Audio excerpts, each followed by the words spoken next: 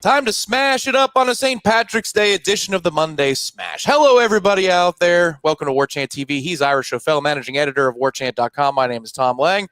And cheers to you on a St. Patrick's Day. I don't know if this is going to be a stout and shot-filled edition of the Smash. I suspect probably not, Ira, but how's it going tonight?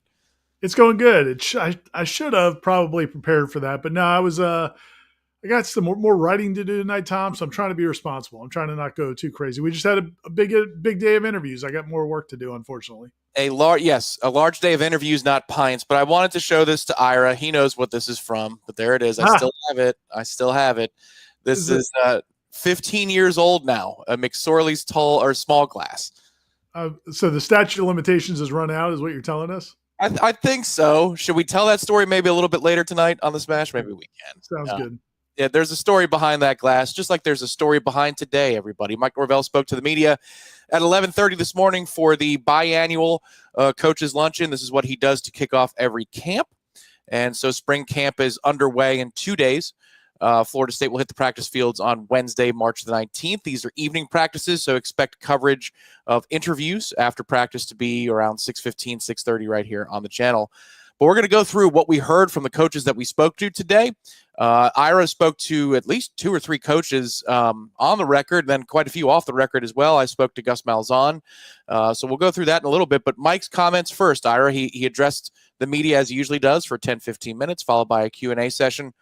What stood out to you about this particular kickoff of a camp versus the years past in Mike Norvell's tenure?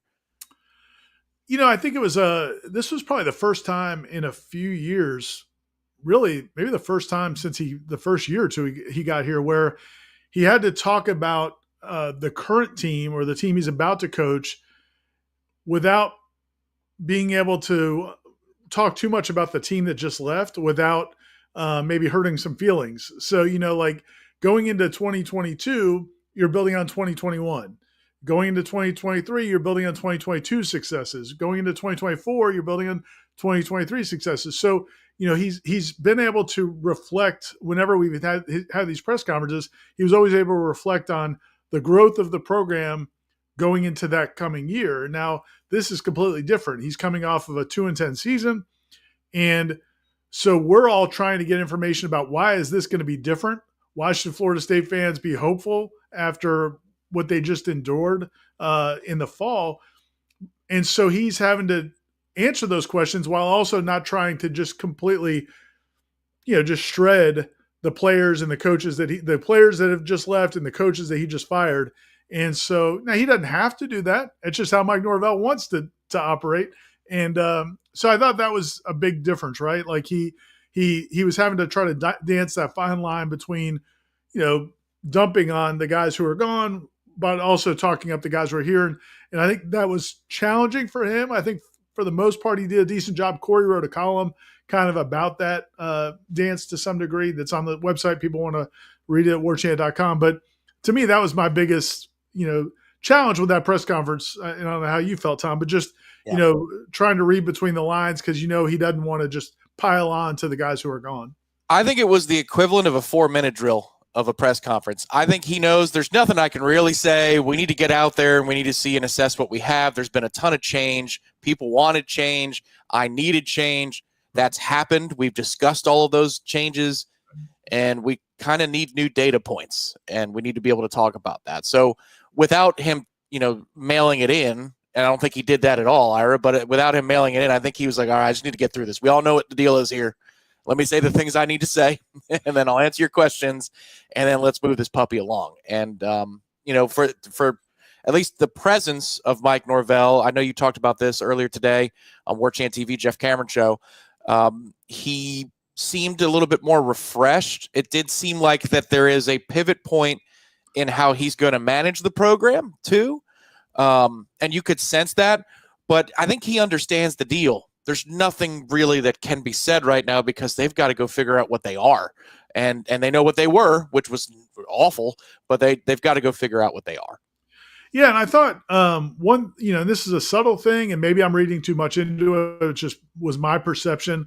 When we spoke to Norvell, probably on signing day, and then even a little bit earlier this year, in some speaking engagements, things like that, when he was asked questions about, how things were going to work with Gus Malzahn and the new coaching staff, how things were going to work with Tony White on the other side of the ball and that coaching staff and piecing it all together, it felt to me like he was talking in hypotheticals, and very much seemed a little unsure to me of what, what it was all going to look like. And I think I took away the fact that he did seem very energized and he did seem very refreshed. I take that as a positive sign in the sense that I do think he probably is now seeing a clearer picture of how this is coming together, how it's working together.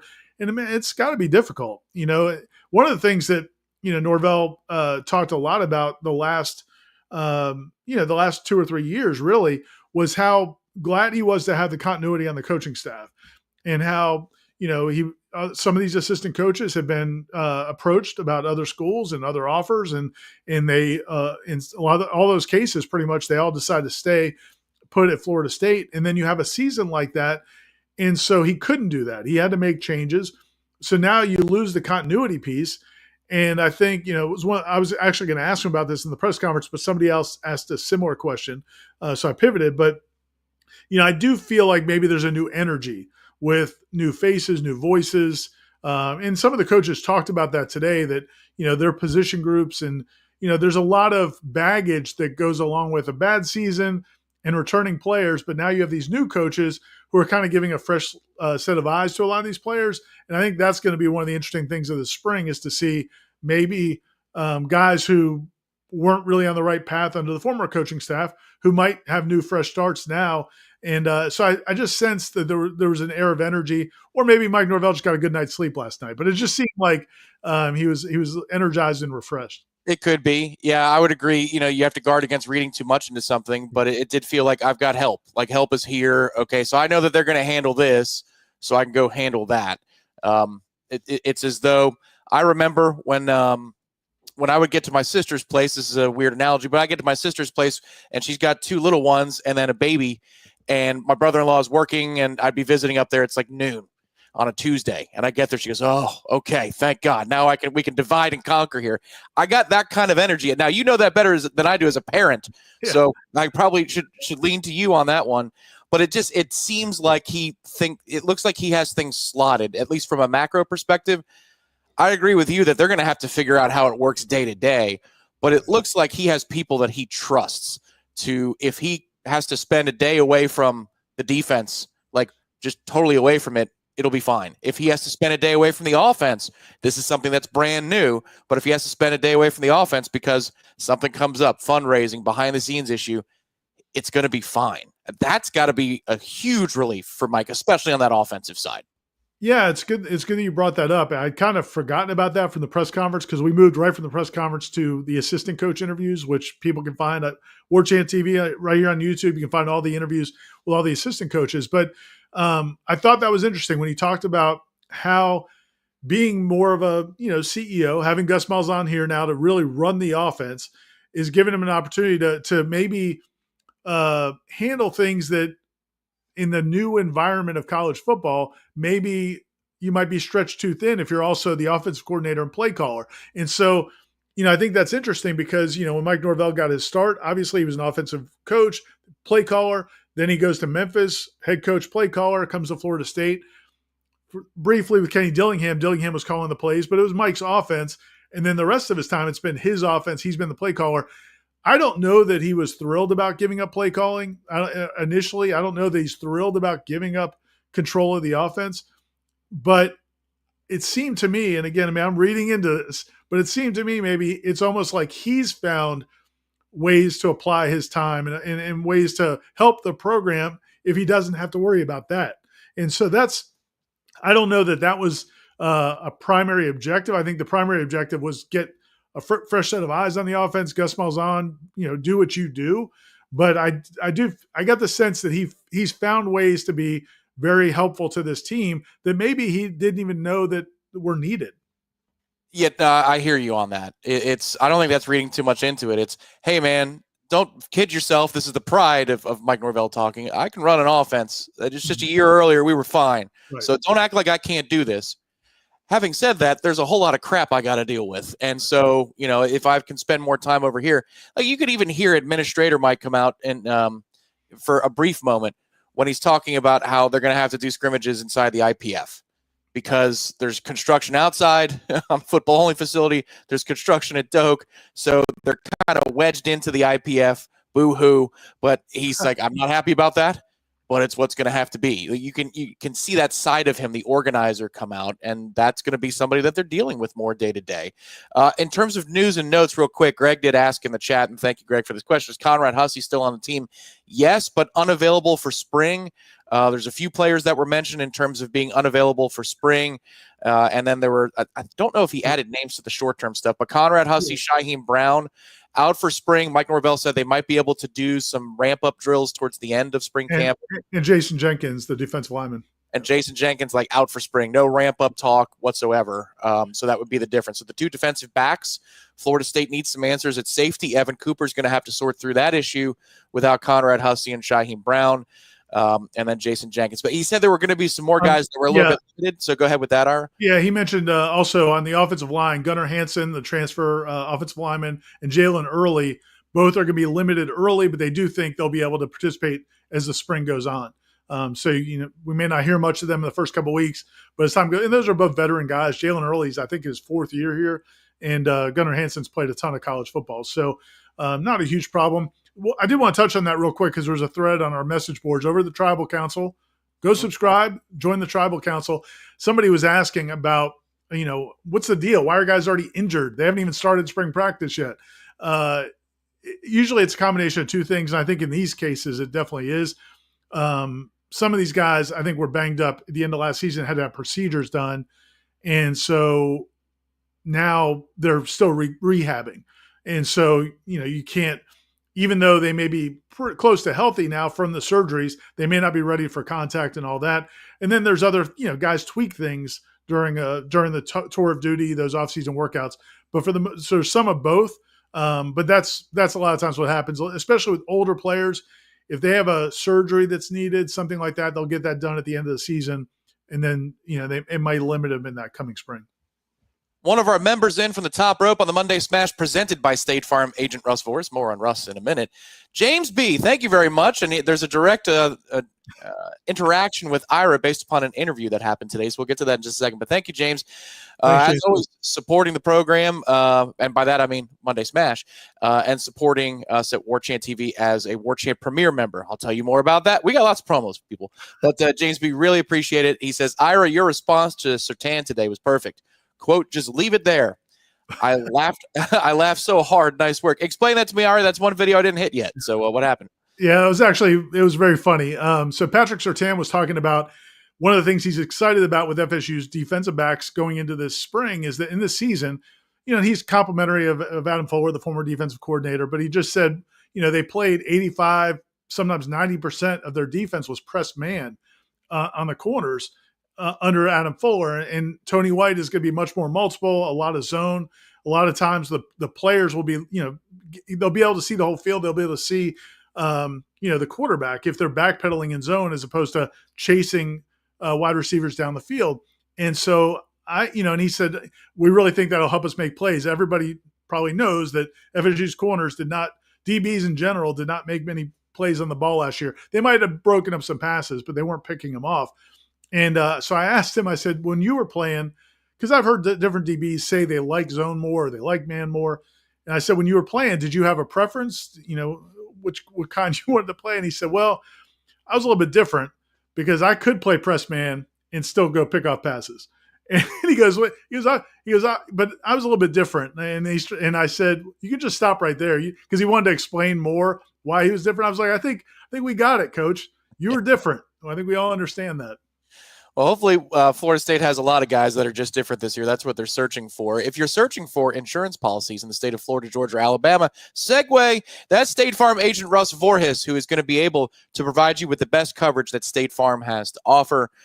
State Farm agent Russ Vorse, awesome supporter of all Florida State sports, supporter of all Florida State organizations in the athletic department, the booster community, NIL community, warchant.com. Chief amongst those, right? We're your first priority, right, Russ? We appreciate you.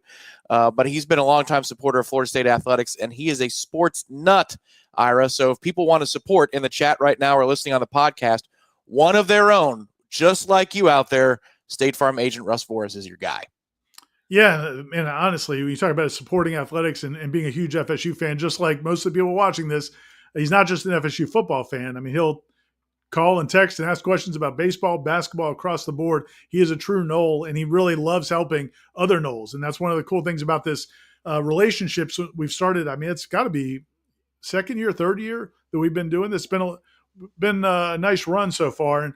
And every time he gets a text or a call or an email from somebody who says they heard about him on the Smash and that they're Warchant subscribers or just FSU fans, he'll text me and let me know how much he enjoys that. And they do great work. He's got very strong staff. Customer service is highly important. And you get that personal touch with a guy like Russ Forrest, who, again, is a Nole and wants to help other Noles. I can speak to it first-class customer service. I am a customer of State Farm agent Russ Forrest. If you have questions, maybe the clarifications, looking to see if you can get a better deal, have the conversation and tell him that Warchant and the Smash sent you their way. They really appreciate the feedback, and frankly, so would we. If you're listening on the podcast, Russ Forrest, his name is his website, so I'll spell it for you, RussVorhis.com. Today's interviews, Ira, you spoke with Tim Harris Jr., I know, at length, and then also another offensive coach. Is that right? Or no, I've watched all the other offensive coach interviews, but I got Tim Harris and then Patrick Surtain were the two that I focused on from me doing the videos. Yeah. So in terms of what you learned about the offense, I will say this. I've got thoughts on what Gus said, but Gus is very practiced in. I'm gonna give you some cliches now, guy. And then you were chipping away, Tom. You were giving it your best shot. He was giving you a whole lot of Heismans. He was. Okay, so thank you. And from one person who works in media to the other, you saw I was efforting for him to give a little bit. I asked him twice, I think, about what does he sound like or what kind of a leader is he in practice. And then I think his response was, "I'm a dreamer." And I'm like, "A dreamer?" Like, okay. I just imagine what guys can do. I'm like, well, I don't know what that means for period 12 of Wednesday's practice, but okay, very good. But there were some things he didn't want to talk about, changes to practice. Yep. He didn't want to talk about how little they hit maybe in the past and how much they're going to hit. He definitely wasn't dancing that dance with you, Tom. I gave it my best effort. It sounds like they're not going to hit that much more, but you can't say that definitively. It sounds the scrimmages they're going to hit a lot. That's what's clear. So we can get to that in a second of what Gus said. But did you get more specifics out of Florida State's wide receiver coach?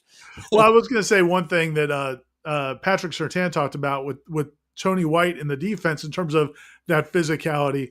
I think you're right to say they're not going to take guys to the ground anymore than they have in the past. I do think the collisions are going to be a little bit more physical. Coach Surtain actually specifically mentioned in the interview that Tony White teaches some things in terms of, running your feet through a tackle. Again, I felt like a lot of times the thud pretty much ended the rep. It seems to me like maybe you're going to see more of guys thudding and then continuing to drive the ball carrier, but not necessarily bring him to the ground. So it may be nuanced. We'll see. But I definitely got the sense there is going to be more physicality. But I think two things. One is none of the new coaches want to say, yeah, I don't know what Mike Norvell was doing last year. So, you don't have that. And then also, they're probably not going to share too much information until they have to. Well, and that's one thing. We can discuss it, or we can, save that for Seminole headlines tomorrow at 1:00. But, practice, if you're just joining us and you're saying what happened today, under Mike Norvell, as long as it wasn't COVID times, we had access to practice. They would close scrimmages, but outside of that, most every practice we would get access to, especially in camp settings during the week of game weeks. That would be a little bit more on and off. But in terms of the practice, Mike Norvell released a statement just before 11 a.m. this morning through Florida State Sports Information that said, no mas. There's no access. That's what it said. It just said, no mas. Here's our practice policy. Yeah. No mas. Just a picture of Roberto Duran. I was gonna say, yeah, or like one of those black and white pictures of Michael Jordan, and it just says "No Moss." F them reports, and the inside reports. It sounds like we're going to get access to a scrimmage, which we never have under Mike Norvell, I don't think. But beyond that, it's closed up. So what we're going to be getting are whispers of what happens, and obviously the recap from Mike Norvell himself and the players after practice when they speak to us during the week. That's going to be close to 6:15, 6:30. So that's a little bit new, Ira, and I suppose for those coaches, they don't have to discuss that. So maybe that's why Gus didn't want to do the dance. But I got to believe there are going to be some material differences to practice. For sure. Mike Norvell, the way he described it in his podium the podium today was some small changes, but the basic process is the same. I wonder how that's actually going to shake out when we start hearing whispers from what's going on there. Yeah, I mean, listen, there's only so much you can do at a football practice. And if you look at drills, if you go to a football practice, under Jimbo Fisher to even Willie Taggart to back to Coach Bowden to other campuses, other programs, there are certain drills that are pretty much uniform that are going to be done everywhere you go. A lot of times, maybe it's the pace at which they practice. A lot of times it's coaching emphasis, points of emphasis, things like that. There certainly are some drills that Florida State's been doing that we've all questioned, how effective that use of time is. So I do expect there will be some changes. But, again, it's a lot of times it's this drill, and it happens probably a little bit more in basketball, I think, honestly, where coaches will see a drill and say, you know what, I like the way you do that because it leads the players to do this. And so football, I think, is a little bit more structured. I mean, there's only so much you could do in terms of driving a sled. There's so many technique and fundamentals thing that won't change a ton. But I do think the pace probably will change a little bit. And then those coaching points of emphasis, but the physicality is the most important thing.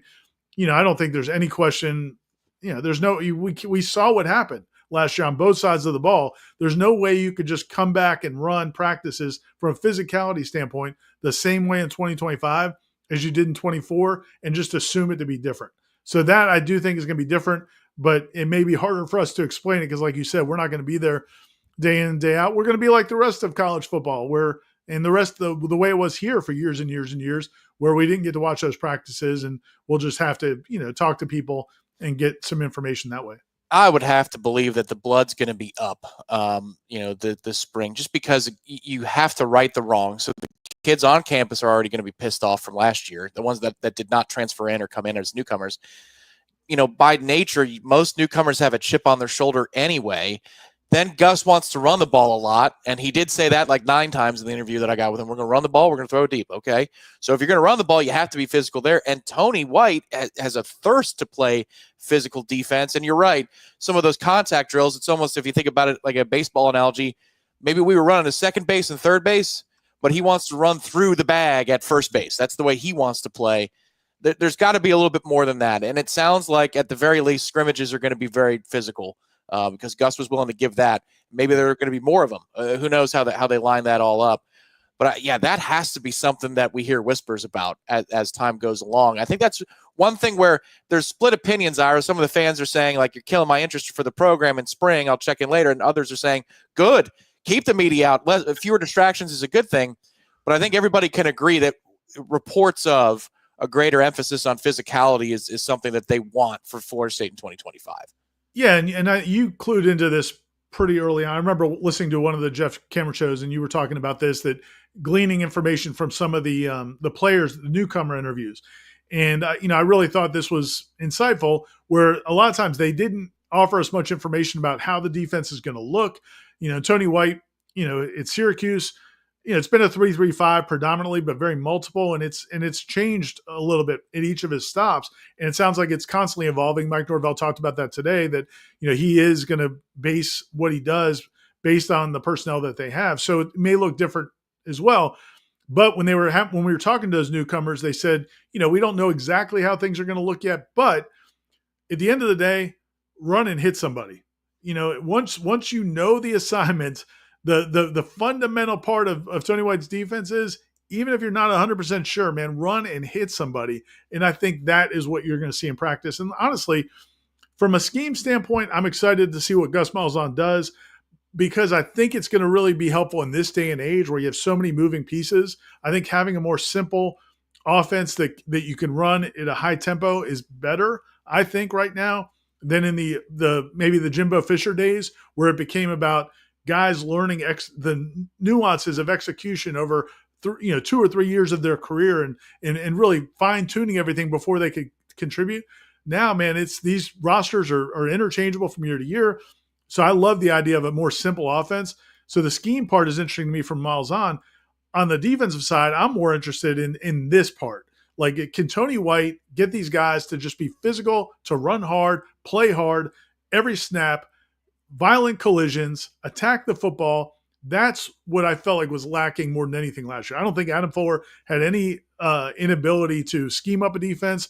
I didn't have as many problems with some of his play calling as some other people did. But, man, for whatever reason, it felt like they got less and less physical. And that, I think, has got to be priority number one for Tony White. And to your point, you can't do that unless you practice it. Tony White seems more intentional on those points to me. And it doesn't mean that Gus isn't. I'm just saying that Gus is so seasoned, Ira. He's been around these settings, especially in interview settings, for decades. You could tell he's on autopilot. Like, he's like, all right, I got my press conference mode. Here we go. And let me get out of here. Right. Yes, very much so.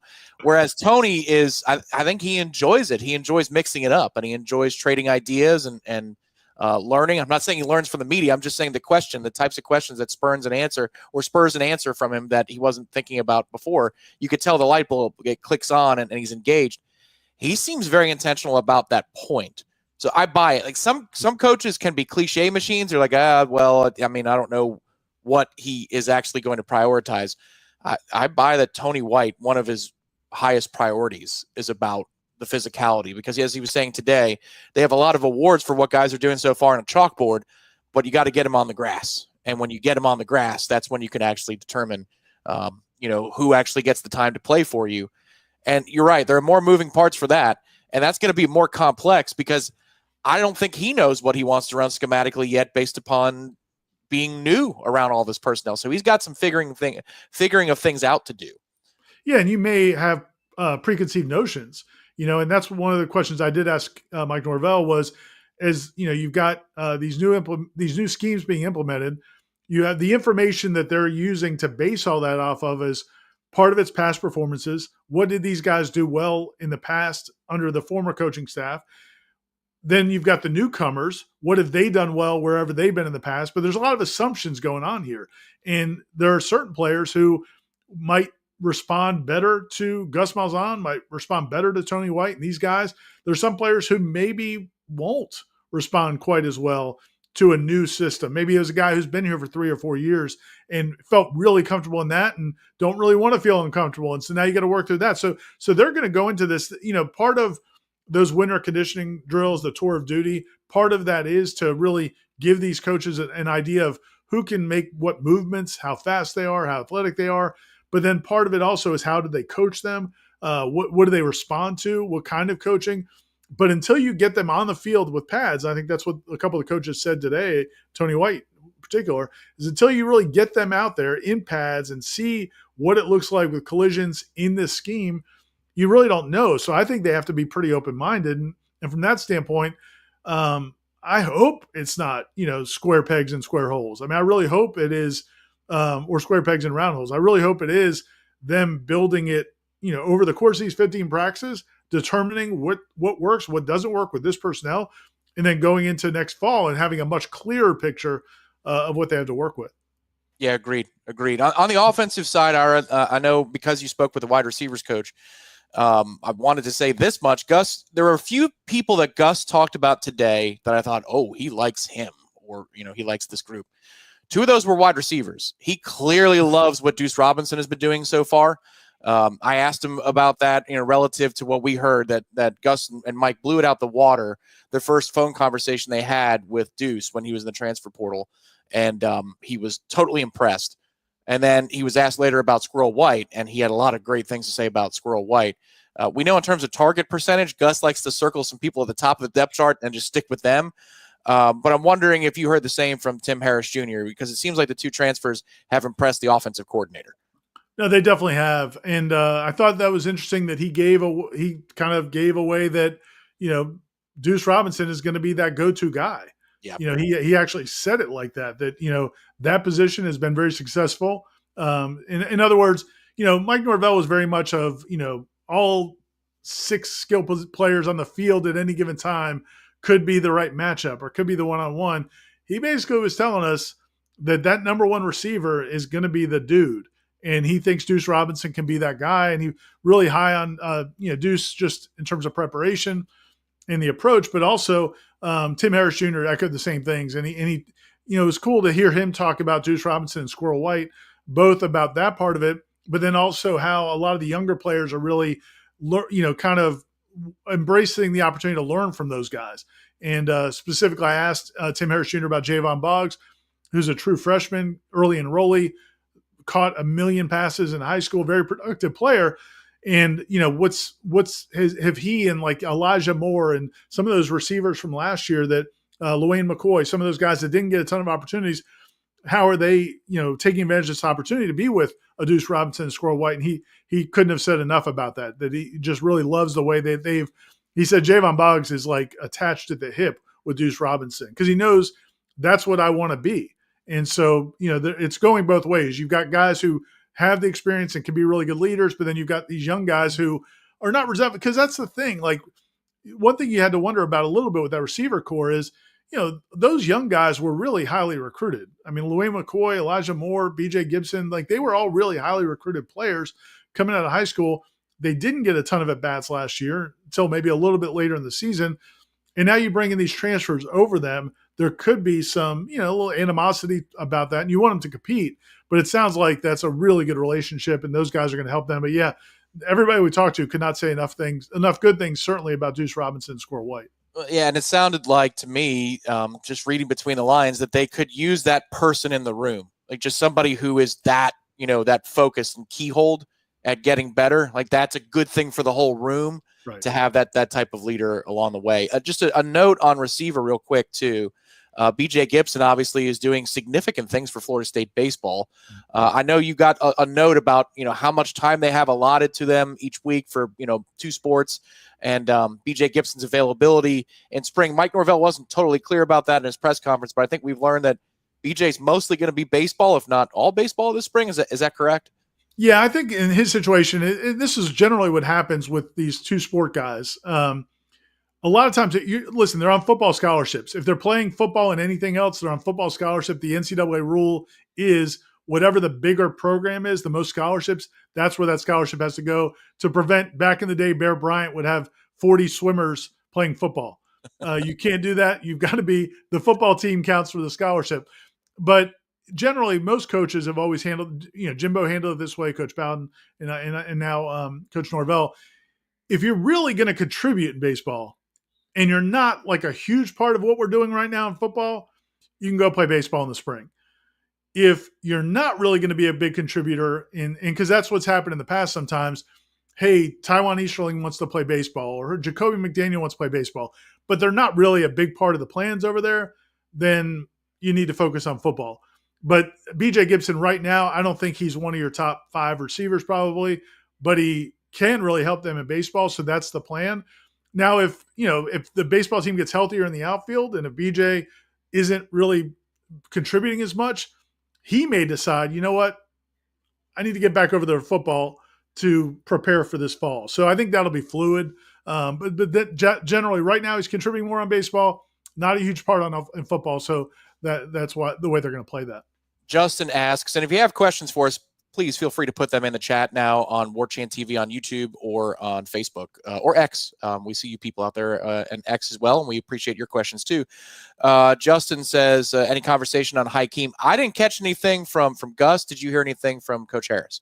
Yeah, he did. And I just put up a story up on the website at Warchant that you can read. It's got some quotes about specific players. I did not include a quote about Hakeem, though I probably could have and maybe should have. I'm going to do a receiver story separately. But, Tim Harris Jr. said that, he's loved what he's seen from Hakeem in terms of dedication this offseason and really trying to embrace what he can be as a wide receiver. I thought it was interesting. he said he's got to be a guy that's like a down and dirty guy for us. I can't remember the phrase, but he's got to do the dirty work for us. And to me, that says, and I think probably most people hear that, is okay, Hakeem, you're a big dude. You need to be blocking. You need to, really be the physical guy. I think, one of the things that was a challenge for Hakeem, coming back out of high school, and we've talked about this before, as highly recruited as he was, a lot of that was based on his potential because of his frame and his athletic ability, but he did not come up in a really good passing offense, was not a polished route runner. Then he's had a couple of injuries since he's been here. So his development has not been quite probably what he wants. I think the focus with him right now is, man, you take care of all this other stuff, be a great blocker, and then maybe focus on what he does well in this offense and not try to be a guy who can run every route on the route tree, maybe not a guy who is going to take the top off the defense all the time. Maybe, refine kind of what your strengths are and how they help the team. That was the vibe I got. And, and I think they're excited about it. We've heard this independently that he has worked his butt off this offseason, in great shape, done everything they wanted to do. I think the key for him is finding what he can do really well to help this team this season and take time to keep developing, because you can't become a great receiver just in a couple of years when you haven't really done that earlier in your career, if that makes sense. It does. And it's going to be an interesting conversation too, just because it's more about, in Gus's offense, you have guys that are affixed at the top level of the depth chart. So it's going to be tougher to crack, reps, in-game reps on the field. It's not that they won't go 3 wide or 4 wide. It's just, this is unlike Mike. You were just talking about this, where you might have line changes at receiver, and like whoever's up, it's your turn. It's going to be tough, which I think fosters more competition when you get into those position groups. A random observation today, Ira, did you catch this? Asked about quarterbacks today was Gus Malzahn. He likes Brock Glenn, and here's why. I'll say this. When he was asked in his opening press conference, what are you looking for in a quarterback? His answer was a winner. Was the first thing he said, which I was like, okay. But that to me, That's exactly what he said about Brock. That's exactly what he said about Brock, is that he's a winner. I found that fascinating. I'm not trying to create a quarterback controversy. It's Tommy Castellano's team, but I find that interesting because Brock did decide to stay, and clearly the new offensive coordinator likes him very much. I did not expect to hear that. Not that he was going to say that Brock is terrible. I didn't expect to hear that vote of confidence from Gus today, and that's what we got. Yeah, that was interesting, and that did make the quotes pullouts that I put up on the site. I did think that was insightful, and I kind of wondered if this would happen, and I think everybody probably did when we talked earlier about getting a fresh start with different coaches and how players maybe didn't fit necessarily with exactly what they were doing before, but maybe they would now. And I thought Brock Glenn, a lot of people were unhappy, obviously, when Kromenhoek decided to transfer. But when we heard that Gus Malzahn was going to be the new offensive coordinator, I just felt like Brock's, and Luke can run. I'm not saying he couldn't run that offense, but I really felt like Brock, his willingness to run, his toughness, his physicality, his athletic ability, I thought there was a chance this offense may suit him even more, and he might begin to flourish. And it sounds like that may be happening. Listen, now the problem for Brock is going to be the challenge. I don't say problem. The challenge for Brock is going to be he's other than that Clemson game, there were a lot of times he's gotten into games and it didn't seem to slow down for him, to me. It seemed like he was still kind of, having a tough time processing information, making quick decisions. And so, now it's his 3rd year of college football. Maybe it's a new system that's maybe simpler. All those things may really help. But to me, I'm like a lot of people watching this right now, I'm not going to get too fired up about Brock Glenn until we see what he's doing in more of a game situation, because that's where I feel like he's struggling. Now, the Clemson game was one example where I thought he played better than he looked in practice. But to me, that's the next step for him. It's fascinating. Yeah, it's just Brian raises a good point here. We'll probably need Brock at some point. If you're going to run the hell out of Tommy C, I mean, that you better be ready if you're Brock Glenn. And doing the breakdowns with Dominic Robinson, and by that I mean watching Dominic Robinson do the breakdowns of Gus Malzahn's offense, he does consistently across all of his stops, Ira, do an excellent job of getting a quarterback comfortable early in the game. And it's instead of entering middle of the conversation and having to sort through nonsense on a 3rd and 7 or a 3rd and 8, he'll give you that throw on first down, like picks up a gain of 3 or a gain of 4, and it's part of the game plan so that you can start thinking a little bit more clearly. I'm not saying that I think this is a match made in heaven. When you do get a fresh start, Gus does take care of his guys and he gets them into the flow of the game. I think that's one of the strengths. Just watching Dominic's breakdowns, that's one of his strengths is he's had a wide variety of natural skill sets at quarterback or prototypical skill sets at quarterback, from not very much to, oh, that guy's going to win the Heisman Trophy or be a contender for the Heisman Trophy. But it seems like he is a very quarterback-friendly coordinator, which is strange to say for somebody who calls so many runs. But he puts them in positions where he can slow the game down for those guys. Yeah, I mean, I think if you go back to his comments at the camp where, Matt Lacerda went down there and listened to him speak at his camp, a lot of what he does from a running game perspective is to help the quarterback also. It's just taking pressure off the quarterback. And I think that is, kind of at the heart of what he's doing offensively is he knows that guy has to be put in positions to succeed. And you got to give him every opportunity. One of the coolest things I've on all of the breakdowns the Manning cast, all the Manning casts since they started doing that 3 or 4 years ago, my biggest takeaway from all of those Manning cast Monday Night Footballs is how often Peyton Manning and Eli Manning will talk about quarterback coaches or offensive coordinators in the NFL, the ones who are really good at creating easy throws, especially in important situations for quarterbacks, and then the coordinators who are not as good. And I felt like that was one thing one complaint I've had about Mike Norvell sometimes is, giving more layups to the quarterbacks. I just go back to Tate Rodemaker as a freshman against Jacksonville State. I did not like him throwing out of his end zone. I think Brock Glenn, after he throws that pick on third down against Duke, and then he fumbles, and now you call another pass play. Now, maybe there's a check at the line. I don't know. But I felt like there have been times where Mike Norvell needed to do a better job of kind of taking care of that quarterback and not expecting them to just succeed because you've seen them do it before. And I think that is something that Gus really cares about. In terms of procedural questions here, Lee Fields in the chat asked, do you anticipate Mike making the players more accessible to the media or about the same as last year? What do you think, Ira? I think very much the same. I think they've done a really great job with that. And he does believe in that. And that's the thing. If I'll touch on this real quick, and I do think we'll probably talk about it more on headlines tomorrow, but, his beliefs are, he does think that, players should have to speak to the media. He thinks that that's good for them. He thinks that that's something that helps them, down the road, whether they become NFL players or not. And that's one thing I really appreciate about him. And one of my complaints about Jimbo was there were a lot of the players under Jimbo who never really got to speak to the media. And then that hurt them when they got to the NFL because it was new to them. And then I would hear about it later. Some of those guys were seen as surly. They were seen as not very cooperative. Well, that's kind of how they came up in this sport. And Mike Norvell, the way he is, he wants his players to have that. Leonard Hamilton was the same way. I think it's valuable for them in whatever they do. But the other part of it is with the accessibility of practice, he wants us to be able to see, how players develop over time, and that'll help us tell our stories. Now we're not doing that anymore, but but he can kind of compensate for that by still letting us have the access to the interviews.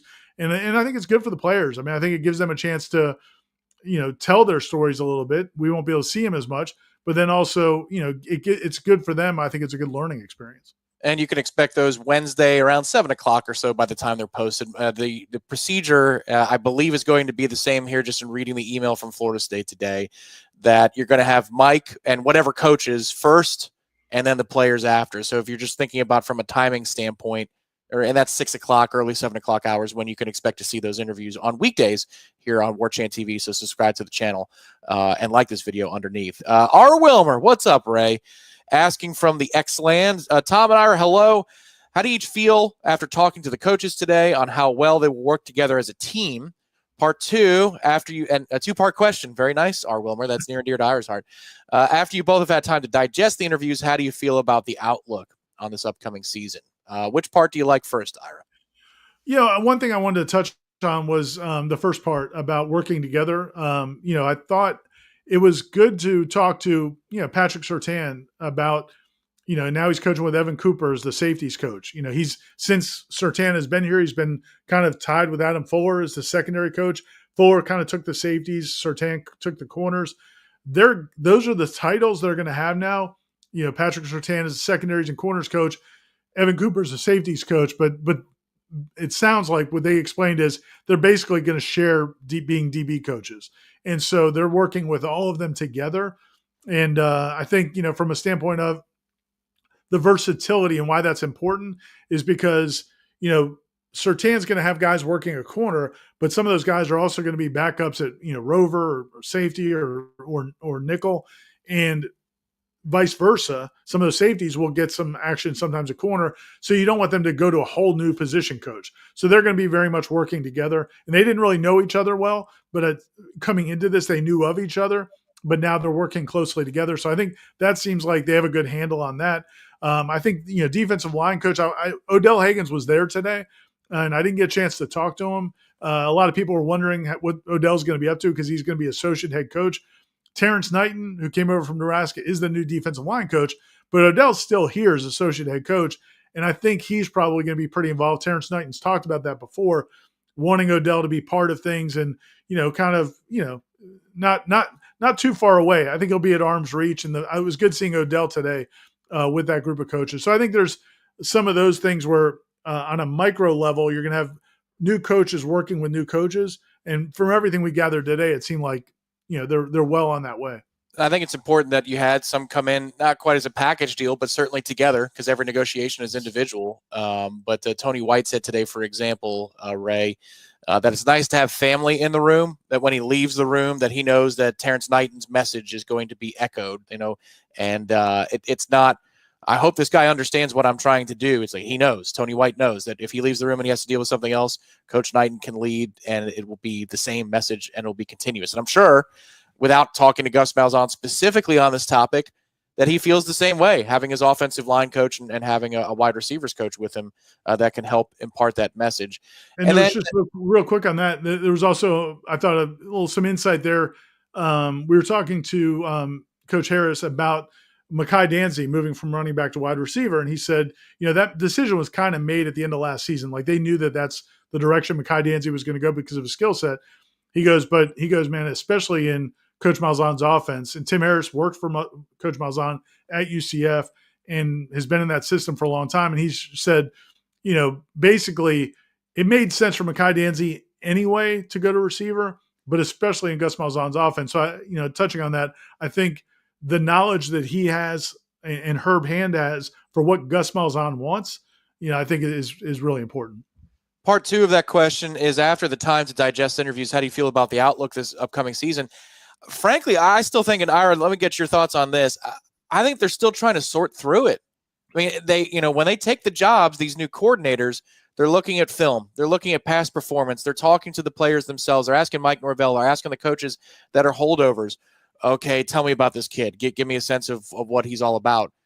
And then they go through tour of duty, and that teaches them something. And maybe some of the meetings they've had, that teaches them something. But they still got a lot to sort through. I don't think they know what they have yet in totality. Yeah, but I do think the offensive coaches, you just sense a lot of confidence. I mean, I really think that, and I don't know if maybe that was there 2 months ago, maybe that was there when they walked in the door, maybe that's just who they are. But it definitely, and I think Tony Tokar's made a comment about how this could be maybe the best offense in the country or one of them. I mean, those guys across the board are very confident. Tim Harris Jr. talking about the receivers. Chris Thompson talked to him a little bit off of camera about the tight end room and how excited he is about, you bring back the guys they bring back, plus Marquiston Douglas is coming back.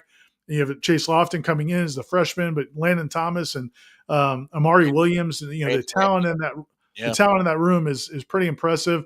Running back David Johnson, really loves that group, and he also talked about Usman Chroma, who's coming in, the freshman who's coming in May, and he said they're every day they talk and they're giving him installation stuff back home. He's back home in South Georgia, but he won't be here till May. But they're already giving him all the playbook stuff so he can hit the ground running, and they're excited about him. And then also the other guys, Jalen Lucas being back from injury.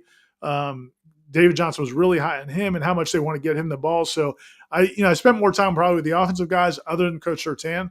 And the offensive guys seem to express a lot of confidence about what they think they can do. Yeah, agreed. I think the reason I think that they're still sorting through is because I got a lot of general stuff from Gus, and he's like, "Well, it's day one. Everybody's got a clean slate." I'm like, okay, fair enough. But it is the strength of this offense is also something I asked Dominic Robinson on the latest breakdown. You can find that on the channel, the UCF breakdown. This offense is so simplified that gives you a leg up for facing an Alabama in week one. Like if this was a complicated offense with all kinds of rules and if and then statements, that'd be a hard thing to put together for game one. But you can be confident with an offense like this because they all know the system at each level. You got skill position coordinator and line coach. They all know the system. But then also it's predicated on a lot of simple things that they can impart quickly for a statement game like that. Let's see. Wes, no, I was just going to go ahead. The next question's good. Wes says, "Yo, Tom and Ira, who is your new favorite coordinator after interviews today?" I would extend that out to coaches, but keep up the great work and go Noles. If it's coordinator, I just like Tony White. I think it's the youth. I think it's the youth. He seems to appreciate where he is and the moment that he's in right now in his career, like a lot. Yeah, I'm going to go with Tony White too, just from that perspective. I will say that I've know a lot of media that have covered Gus Malzahn in the past at other programs. And there's perceptions of Gus Malzahn out there for different reasons, but I do know that people that have covered him have had pretty positive things to say about their interactions with him. So it's not like I'm not looking forward to that. But yeah, Tony White seems like very unguarded. And whether off camera or on camera, very conversational, asks a lot of questions. I think Matt got a kick out of, Matt had gone down to watched him speak down at the camps down in Orlando. And Tony kind of asked him, what did you learn? Like, what did you pick up from that? He just not just answering your questions, but also asking questions back. So yeah, I think he's going to be a lot of fun. I think we were reminiscing about when he was at Syracuse and their games against Florida State and Jordan Travis and telling stories. And it just, he seems like a fun guy to talk to. And again, man, I go back to that. I really, more than anything, if he's a guy that these guys will play hard for and compete for and put it on the line for, I really think there's talent on this defense, and I think that's going to be a big impact. A couple of questions about the offensive line here in the last 10 minutes or so that we have here on the Monday Smash, presented by State Farm agent Russ Forrest. Justin asks on Facebook, what are you hearing from the offensive line coach? We all know if any position needed improvement, that's number one. And then Brett asks on YouTube, Tom or Ira, did you sense that Hand is truly confident in the talent he has to work with at offensive line? And Ira, quickly, my thoughts on this. It seems like there's going to be less wasted movement with the offensive line. It seems like there's going to be constant assessment and movement going on. Coach Hand, from what I saw in the interview today, Corey was able to get with him, is that, even if you can cross-train for a walkthrough rep at a different position, they're going to do that. And he does believe in 5 best on the field, not 1-2 individually at left tackle, left guard, center, right guard, right tackle. So he's not a specialized style offensive line coach. He's trying to get his best 5 out there at any given time. That sounds like a cliche, but not every coach is like that. So I found that interesting. But any thoughts that you have on what you saw from Herb Hand?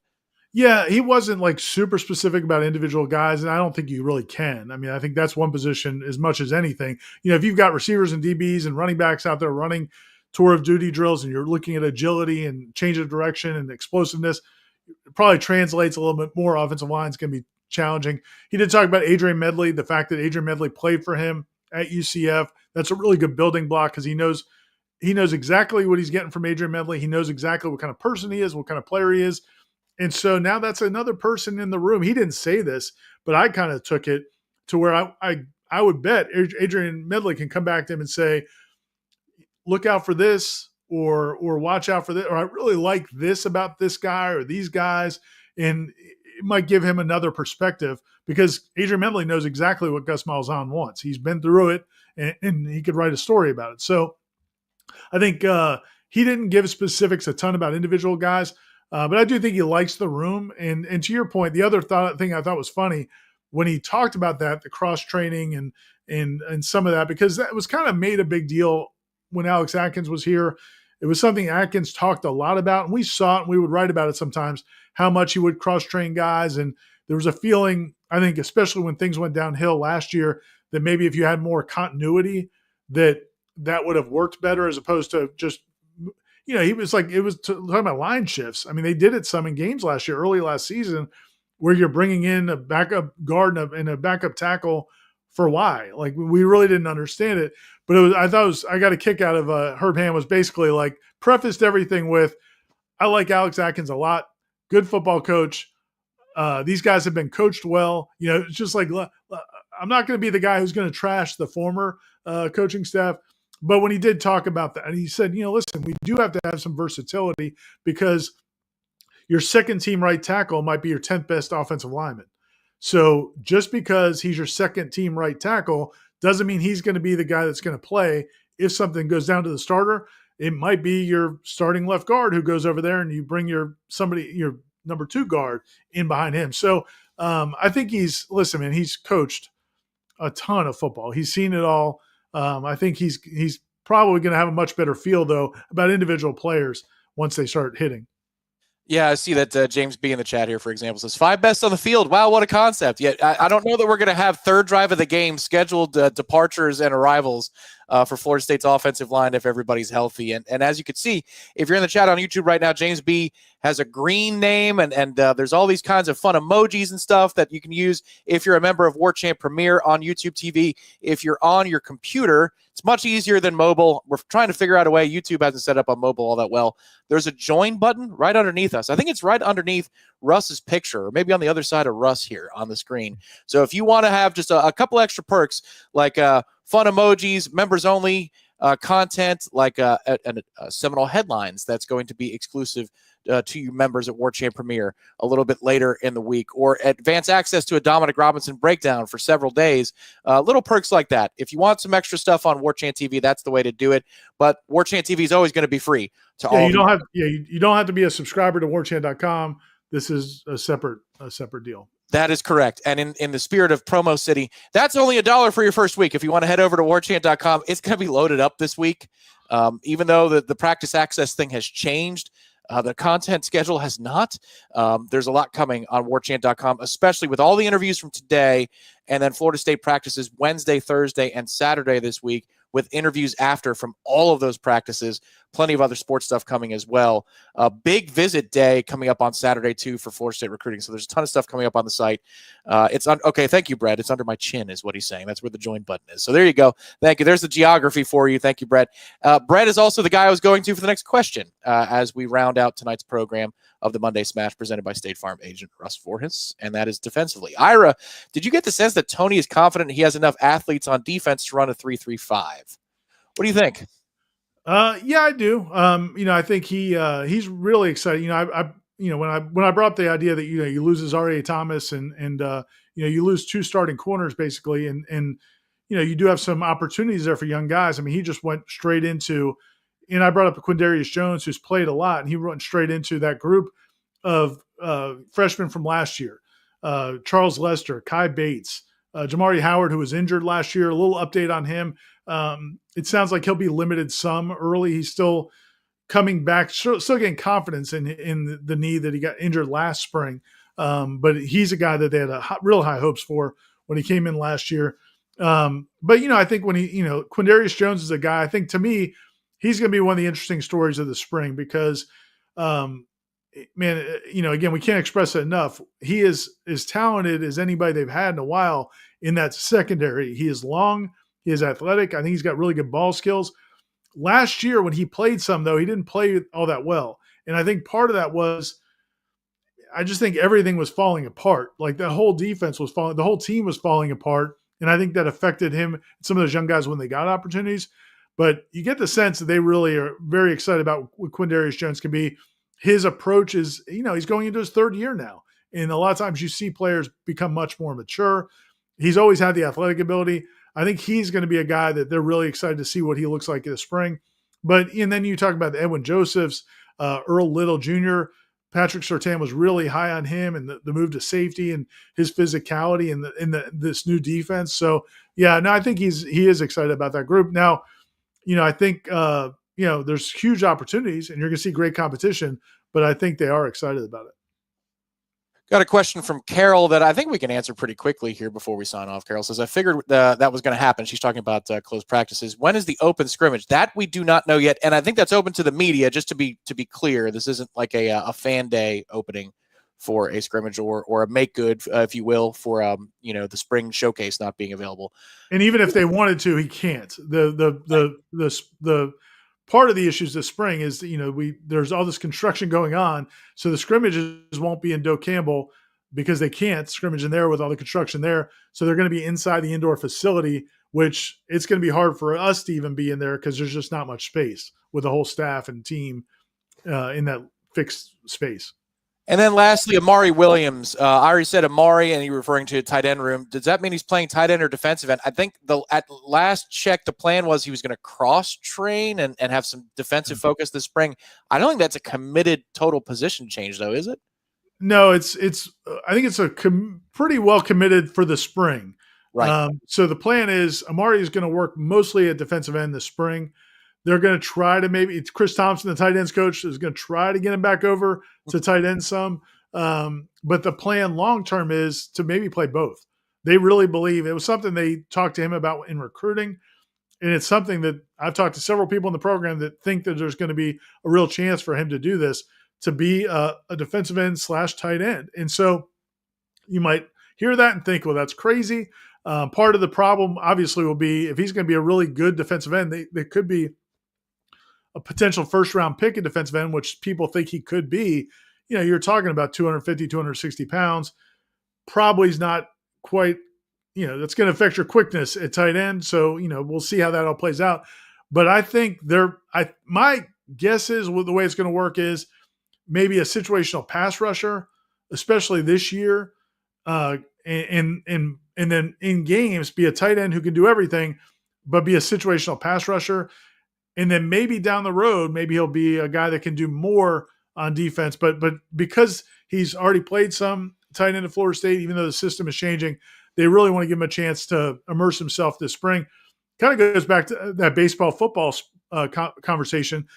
If at the end of the spring, if he looks like an All-American at defensive end, then the plan may be, listen, keep bulking up, and you're going to be primarily a defensive end in the fall because we've got good tight ends. If the spring isn't a huge success for him at defensive end, then maybe it's more of a tight end who can help out situationally as a defensive end. So I think that's going to be a fluid process. But in the spring, he's going to be mostly a defensive end. A busy, busy week coming up here for us at Warchant.com, Warchant TV. Remember, you can sign up, take a look around at the Tribal Council, the Premium Recruiting Board, all of that for just $1 for your first week. $1. And then if you already are a member of Warchant.com, you want to upgrade, Warchant Gold is there for you, man. Ad-free experience, access to the Renegade Room. You too. This is where they use the handshake emoji with Warchant Premiere on YouTube and then Warchant Gold on the site. You both get the Headlines exclusive show, that extra half an hour of the guys. You both get extra previews, advanced notice, advanced looks at videos that we put out there, special features like X's and O's with Dominic Robinson. So if you want to join, that's how you upgrade. Just go to warchant.com. You'll see the green button. It says join now.